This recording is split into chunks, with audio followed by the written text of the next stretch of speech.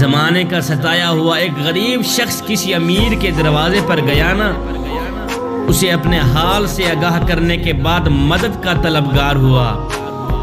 وہ امیر شخص مال دولت تو رکھتا تھا مگر اخلاق جیسی نعمت سے بہراور تھا، محروم تھا۔ اس نے اس مفلس کو خوب ڈانٹا، اس غریب شخص کو خوب ڈانٹا اس امیر شخص نے، اور اپنے نوکروں کو حکم دیا کہ وہ اسے دھکے دے کر باہر نکال دیں۔ اس غریب شخص کو اس بد اخلاق امیر کی یہ حرکت نہایت ناگوار گزری۔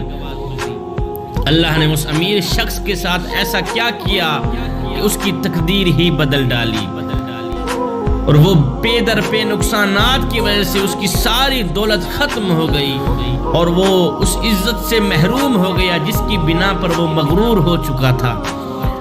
قانون قدرت ہے کہ جب کسی پر زوال آتا ہے تو کوئی اس کا نہیں رہتا۔ اس کے تمام ملازم عزیز و اقارب نوکر اس سے جدا ہو گئے، اور اس کے ملازموں میں سے ایک ملازم ایک اور امیر شخص کے گھر ملازم بن گیا۔ کچھ دنوں بعد وہ ملازم اپنے آقا کی خدمت میں مشغول ہی تھا کہ کسی فقیر نے دروازے پر آ کر صدا لگائی۔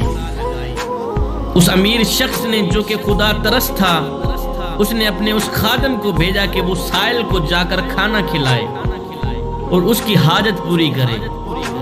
خادم کھانا لے کر گیا اور جب واپس آیا تو شدت غم سے بے حال تھا، اس کی آنکھوں سے آنسو جاری تھے جیسے اسے کوئی بڑا صدمہ پہنچا ہو۔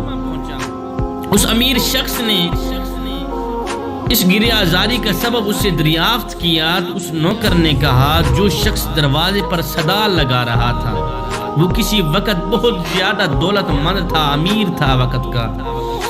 میں اس کے ملازموں میں شامل تھا، نوکروں میں شامل تھا، اسی کی ہی نوکری کیا کرتا تھا، وہ اتنا بڑا امیر تھا، لیکن آج اس کی یہ حالت دیکھ کر مجھے رونا آ گیا ہے۔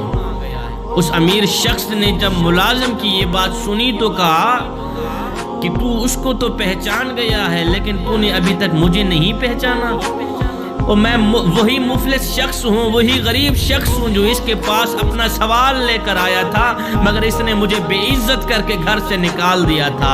آج تو اسے جس حال میں دیکھ رہا ہے کہ اس کے برے اعمال کا نتیجہ ہے، اور اللہ نے اسے اپنے کرم سے نوازا مگر وہ فرعون بن گیا۔ اگر وہ ایسا نہ کرتا تو آج اس کا یہ حال نہ ہوتا۔